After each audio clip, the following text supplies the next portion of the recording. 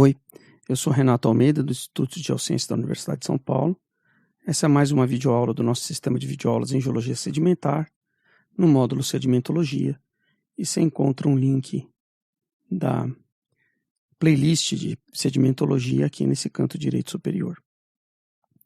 Existem outras playlists tratando de estratigrafia, bacias sedimentares, e um curso completo de princípios de geologia sedimentar pode ser encontrado no link aqui abaixo na descrição. É gratuito e é o conteúdo que é fornecido para os alunos da USP. Hoje a gente vai tratar de dunas subaquáticas e ripples, os dois tipos de forma de leito, como elas se formam, como distinguir uma da outra, os parâmetros de forma, nomenclatura e as estratificações e superfícies erosivas que resultam da sua dinâmica.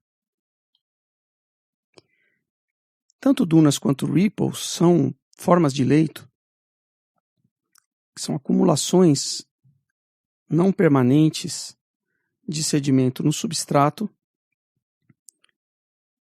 quando você tem água em movimento, nesse caso uma corrente unidirecional, trativa, e ela move a areia por aqueles regimes que a gente já viu antes, né? Move por saltação. Parte da areia pode estar em suspensão também. E no início do movimento, pequenos movimentos de rolamento. E essas acumulações são periódicas, com formas bem definidas e têm tamanhos variados. Mas, para a gente poder discutir, a gente tem que ver um pouco da nomenclatura dessa forma. O que a gente chama de altura de uma forma de leito dessa, seja duna ou ripple, é a distância entre o ponto mais alto, que a gente chama de crista, e o ponto mais profundo, que é a calha. A distância entre a crista e a calha é a altura H. O comprimento de onda é medido de calha a calha ou de crista a crista, porque normalmente elas têm formas de leito irmãs, aí, formando trens de formas de leito com movimento simultâneo, mesma granulação, o mesmo sedimento se movendo. Então você pode medir de crista a crista também, em duas formas consecutivas. Isso é o nosso comprimento de onda. O parâmetro de forma comumente obedece essa regra aqui, em que a altura sobre o comprimento de onda é menor do que 1/10. A gente já vai ver isso aqui um pouco melhor no próximo slide. Outros elementos que a gente precisa lembrar é que elas são fortemente assimétricas. Então, se a altura é 1/10 do comprimento de onda, esses ângulos aqui do extrato frontal, esse que mergulha na mesma direção do fluxo, eles estão abaixo de 30 graus. Pode chegar um pouco mais às vezes, mas essa é uma boa referência. Então, se você vê que se for 30, essa altura aqui é metade desse segmento, e se o todo, o comprimento de onda, é 10 vezes a altura, então aqui sobrou 20% do comprimento para esse extrato frontal e os 80 restantes para o outro lado. Então é fortemente assimétrica, a crista é fortemente deslocada no sentido do movimento, então você tem um flanco curto, mais íngreme, e um flanco longo, menos inclinado. O flanco longo menos inclinado é conhecido como stoss, e é o lado que recebe a corrente. E o flanco curto, mais inclinado, é chamado de lee side. Então, o stoss side e o lee side, que é o nosso extrato frontal aqui da forma. Ele é mais inclinado e ele mergulha na direção do fluxo. Esse lee side aqui, como é o lado protegido da corrente, então você imagina que a corrente ela vem aqui, ela é forçada para cima, né, aqui, e aqui essa é uma zona protegida do fluxo, essa área aqui. Uma zona de sombra desse fluxo. Então essa é a região que tem menos energia nesse processo e a tendência é esse lado ser deposicional, enquanto o outro é erosivo. Esse lado erosivo aqui tende, os grãos tendem a sair daqui a uma taxa maior do que depositam desse lado, enquanto que nesse lado aqui, os grãos tendem a depositar uma taxa maior do que são removidos. O resultado disso é que você preserva, enquanto essa forma anda, né, erode um lado, deposita no outro, erode um lado, deposita no outro, erode, deposita, aí erode, deposita. O resultado disso é que uma forma qualquer dessas aqui tem antigos depósitos das frentes de posições anteriores. E isso é a nossa estratificação ou laminação cruzada, que é uma estrutura que é encontrada comumente interna a essas dunas ou ripples. Então, as de corrente são fortemente assimétricas, a razão altura, comprimento de onda menor do que 1:10. Tem o stoss-side, o lee-side e os estratos cruzados preservados internamente. Bom, tem algumas questões de como elas se distinguem, né? Como é que você disse é uma ripple ou uma duna. E é importante salientar que hoje se acredita que as dunas não são mega ripples, né? Não são ripples grandes. E tem alguns argumentos para isso. O primeiro argumento, que é simplesmente descritivo, é que na maioria dos estudos você nota esse gap. Aqui um gráfico de altura por comprimento de onda, esse passamento ele chamou aqui, o Fleming. Então você nota que para um comprimento de onda de 10 centímetros, a regressão linear desses dados empíricos aqui mostra que o valor esperado vai ser um pouco mais de 1 metro, que é aquilo que a gente disse, né? Menor do que 1:10, a relação altura-comprimento de onda. Isso vale tanto para ripples quanto para dunas. Então essas formas menores aqui, com comprimentos de onda de até 60 centímetros, mais ou menos, 50 ou 60 centímetros, são as ripples. Enquanto que essas maiores são as dunas. E existe um gap aqui nos dados empíricos que é uma coisa que é rara, né? As que estão entre 60 centímetros e um pouco menos de 1 metro de comprimento de onda. Isso por si só já é uma evidência, não muito forte, mas uma evidência de que elas não são a mesma coisa. Mas tem outras evidências, né? Uma delas é que as ripples se formam a partir do repouso, né? Então você tem um monte de material granular aí de areia no fundo e vai aumentando a intensidade da corrente. Ela inicialmente é menor e ela vai aumentando. Você começa a mover as partículas do fundo. Essas partículas vão interagir com a turbulência do fundo. Então o fluxo aqui, você tem algumas partículas que começaram a se mover, elas geram irregularidades. Uma rola, encontra a outra, acumula. E isso começa a gerar pequenas células de turbulência no fundo que amplificam a descontinuidade espacial entre áreas que tendem a se mover e áreas que tendem a ficar paradas. Então você começa a acumular material em alguns lugares e gerar zonas de sombra protegidas do fluxo e zonas de reconexão da turbulência com o fundo. Então você começa a gerar pilhas de areia e a turbulência começa a gerar zonas de sombra e zonas de reconexão. E aí, com isso, você acaba chegando num estado de equilíbrio em que define formas com certo comprimento de onda que migram a uma certa taxa. Então, essas são as ripples. Como que se forma uma duna? Bom, para areias finas, uma duna se forma quando ripples migram a taxas diferentes e começam a se acumular. A de trás começa a subir na de cima, na da frente. Se acumula muitas ripples e acaba fazendo uma forma de leito maior, uma duna. A gente vai ver que isso pode partir do leito plano também, mas onde há dunas e não há ripples em granulações maiores. Mas isso não é a questão. A questão é que a gente vê esse caso em que dunas são formadas por ripples que se empilham e normalmente no stoss da duna tem ripples parasitas.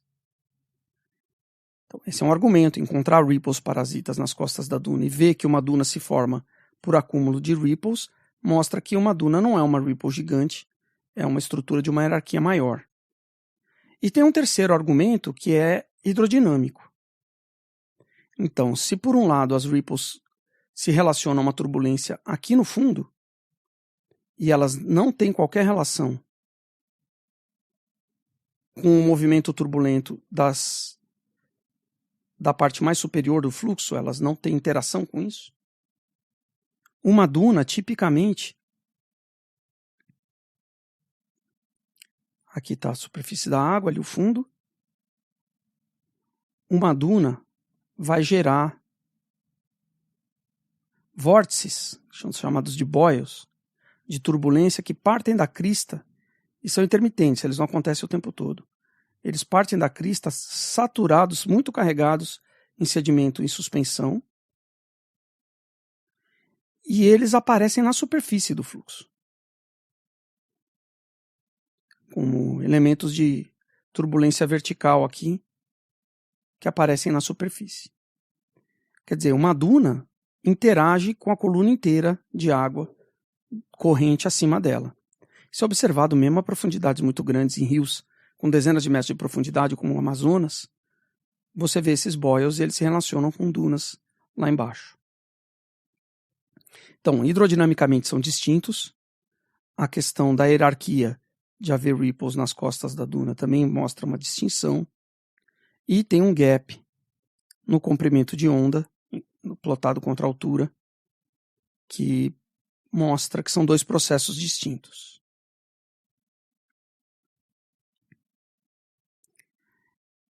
É importante a gente lembrar dos diagramas discriminantes de campos de estabilidade. As ripples vão acontecer, como a gente já disse antes, a granulações menores e velocidades menores de corrente. Então, se aumenta a velocidade da corrente, o cisalhamento de fundo, você tende a ir de ripples para dunas, e não há dunas com granulação menor do que aqui nesse gráfico para essa profundidade 1,5, talvez pouco mais, mas na natureza não se encontra dunas com granulação abaixo de 0,1 milímetro, granulação dominante. Da mesma forma, não há ripples com granulação acima de 0,6, 0,7 milímetros. Então aqui sai de sem movimento para leito plano e vai direto para a duna. Então elas estão em áreas diferentes no campo de estabilidade de formas de leito, nesses diagramas que plotam velocidade ou algum parâmetro dependente da velocidade contra granulação. Agora a gente tem que discutir um pouco da forma em planta para entender, e da dinâmica para entender como é que são geradas as estratificações internas. Então, se você tem uma duna como essa aqui, ou uma ripple, com a crista reta, ou aproximadamente reta, isso implica em que o seu lee side, o seu plano frontal, é plano. E durante a migração dessa forma, isso vai deixar um extrato cruzado ou uma laminação cruzada, que é linear aqui num corte longitudinal, paralelo ao fluxo, e que, se visto de frente, num corte transversal ao fluxo, vai parecer uma estratificação plano horizontal. Só que, é claro, ela tem um caimento para frente, né? Que você não observa nesse corte. Então, isso a gente chama de estratificação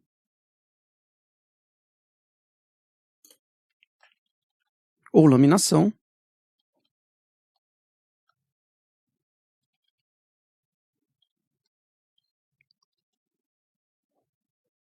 cruzada plana. E ela é o resultado da migração de formas de leito de cristas retas. Se a sua forma tem crista sinuosa, ou se são formas isoladas com a crista curva, não precisa necessariamente ser uma coisa contínua, né? Você tem ela rompida, como estou mostrando em planta aqui, né? Em ripples lobadas ou em dunas isoladas, né? barcanas, barcanoides. O resultado disso é que, em vez de ter um plano frontal, você tem uma superfície curva frontal. Né? E ela tem duas curvaturas, né?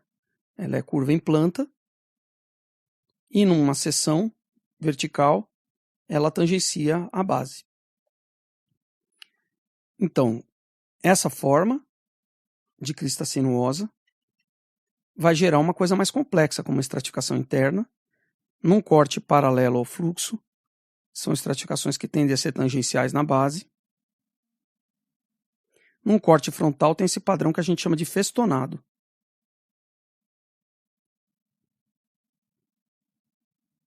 E num corte em planta, é como se fosse uma dobra com o eixo apontando na direção do fluxo. Isso é o que a gente chama de estratificação ou laminação cruzada acanalada.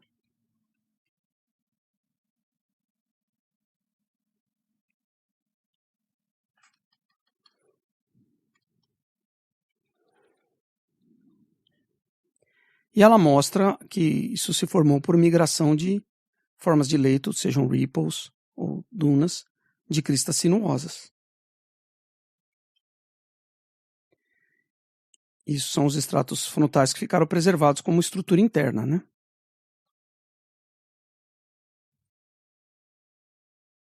Quando você migra um trem, várias séries, várias formas de leito associadas na mesma direção, e existe uma componente vertical de deposição, quer dizer, elas não estão andando só num plano, sem deixar nenhum depósito permanente aqui no fundo, mas elas andam e sobem umas nas outras, então tem uma componente vertical. Isso gera alguns elementos interessantes. Bom, se você erode a forma da frente um pouco, enquanto a de trás sobe, o resultado disso é que você vai ter estratos cruzados, cada estrato cruzado paralelo a uma antiga superfície de Lie. Cada duna gera um conjunto de estratos cruzados, um set, e você tem esses limites de séries ou sets que tem um ângulo de cavalgamento menor do que o antigo Stoss. Para dunas é isso que é típico. Para ripples, a gente pode ver na aula que eu recomendo assistirem, de formas de leito de regime de fluxo inferior, em que a gente discute situações em que o cavalgamento é maior do que o ângulo das costas, o Stoss, das formas de leito. Mas aqui a gente vai discutir só uma nomenclatura de estratos cruzados, séries, conjuntos de estratos e limites. Então aqui a gente está tentando representar isso num trabalho que aborda essas coisas de forma quantitativa, tentando reconstruir superfícies de barras. Então você tem o limite entre um estrato preservado e o outro, que é esse aqui. Então a duna tinha essa altura. Você não preserva a altura inteira dela, preserva uma parte. E você tem estratos que são irmãos e estão separados por um limite de cavalgamento. Isso é o que acontece na dinâmica, né? Então vamos apagar aqui e aqui também. Trazer isso aqui para cima. A nomenclatura é essa, então. Se você tem mais de uma série, um estrato cruzado é paralelo à antiga frente da sua forma de leito. Um estrato cruzado. Cruzado em relação ao limite de série, a inclinação que faz ele ser cruzado. E aí, isso aqui era uma duna migrando para lá, isso aqui era outra duna migrando para lá, isso aqui era outra, isso aqui era outra. E todas eram irmãs. Todas aconteciam ao mesmo tempo. Então, cada limite de séries é esse aqui. Todos os estratos cruzados formados na mesma série, pela mesma duna, são uma série. Então, estrato cruzado, série de estratos cruzados, limite de séries. E todo esse conjunto que se formou com dunas que coexistiam, portanto tem geometria semelhante tamanho semelhante, granulação semelhante, a gente chama de conjunto de séries, ou coset. Então, uma série é um set, um conjunto de séries é um coset. Aí tem uma superfície maior, um limite de conjunto de séries, uma superfície que trunca, talvez erosiva. E aí um outro conjunto de séries que vai ter espessura de séries diferente, granulação diferente, geometria de séries diferente, nesse caso é a canalada, ou simplesmente orientação espacial diferente. Então a palio corrente é um pouco diferente. Um outro conjunto de séries e tem um hiato temporal entre as duas. Quer dizer, se isso aqui tudo formou por dunas que migravam simultaneamente, tudo isso depositou em pouco tempo. Pouco tempo que a gente diz é na escala de dias ou semanas. E aí tem um hiato, um intervalo, e vem um outro conjunto em outra condição hidrodinâmica. Então são esses elementos que a gente tem que entender e se acostumar com a nomenclatura.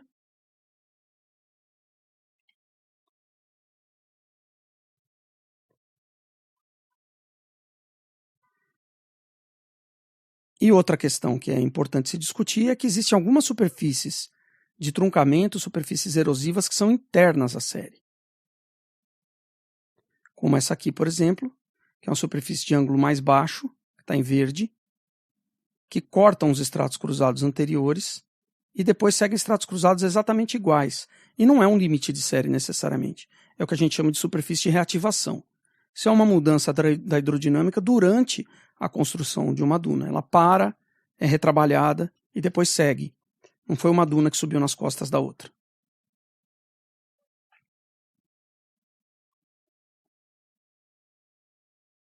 Então, o limite de série está aqui em vermelho, a superfície de reativação tem uma geometria diferente, está aqui em verde. Aquela relação que a gente viu de que uma duna gera células de turbulência, né, os boils, que vão até a superfície do fluxo.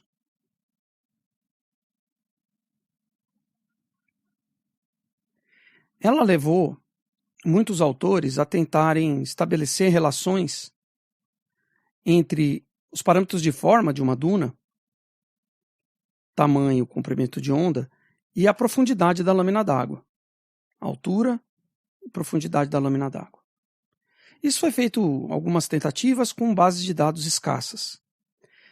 Mas o nosso grupo de pesquisa tem trabalhado com essas questões, e em associação com outros grupos também, e tem ficado cada vez mais claro que essa relação, na verdade, ela é indireta.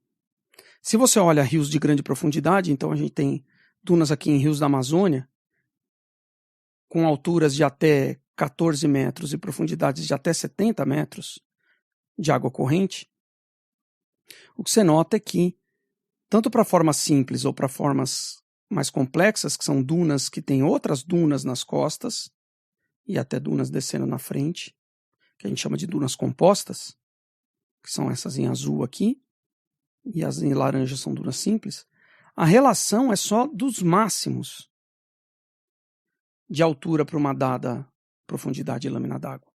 Para qualquer profundidade de lâmina d'água, você encontra dunas com todas as alturas possíveis até esse máximo, e o máximo vai aumentando com a profundidade.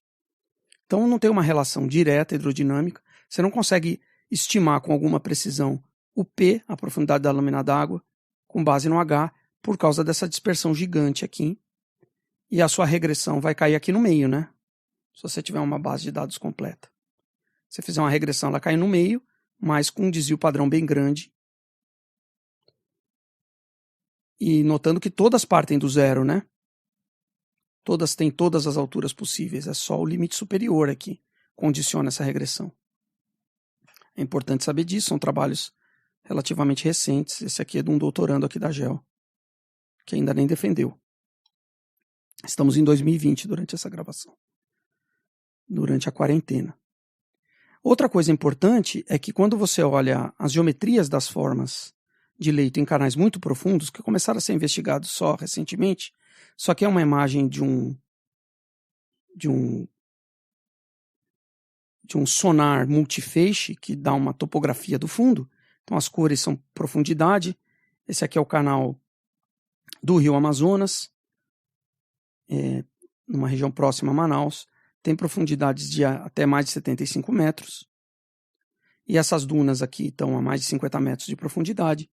Elas são muito grandes, elas têm comprimento de ondas de até 150 metros. São compostas e você começa a ver essas formas frequentemente isoladas, assim, com cara de duna eólica barcana. E mesmo em águas mais rasas, muitas dunas compostas. Você nota uma rugosidade aqui, são dunas sobre dunas. E isso gera uma complexidade da geometria que não era esperada, porque a maior parte desses estudos que a gente tem de forma e dinâmica de duna foram feitos em tanques, em profundidades realmente muito pequenas. Esses estudos que a gente tem feito, em parceria com outros grupos de pesquisa, levaram também à descoberta de que em lâminas d'água superiores a alguns poucos metros de profundidade, os ângulos do lie das dunas não são os ângulos que você vê em tanques, que predominam coisas entre 20 e 30 graus. Na verdade, para rios como o Amazonas, o Mekong, o Mississippi, o Missouri, o Paraná, o Vaal e muitos outros rios que fizeram esse tipo de estudo, o que predomina são formas com ângulos muito menores, 10 graus, sendo que boa parte tem menos de 10 graus e muito pouco passa de 20.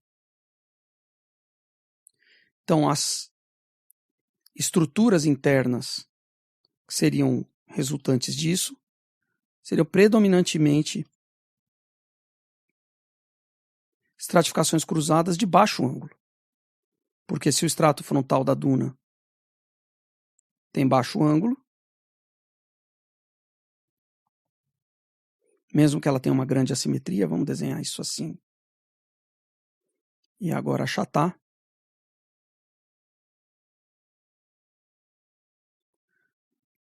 Os estratos cruzados internos necessariamente têm ângulos muito baixos.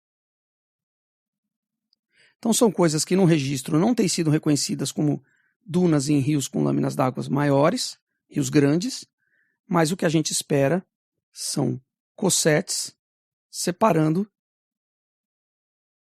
cossetes com setes internos, separando estratos cruzados de ângulo muito baixo e granulação variada. Tem areia grossa, tem grânulo, mas também tem areia fina nessas formas. Tem umas que são dominantemente de areia fina. Então esses estratos cruzados de baixo ângulo são uma questão relevante. Os trabalhos são bem recentes. Esse trabalho da Júlia Cisneros aqui, em conjunto com os pesquisadores aqui do nosso grupo, é de fevereiro desse ano, de 2020. E isso aqui não impactou ainda nos livros texto, mas tem uma relevância importante quando você for olhar os seus afloramentos. É isso que eu tinha para dizer na aula de hoje e muito obrigado.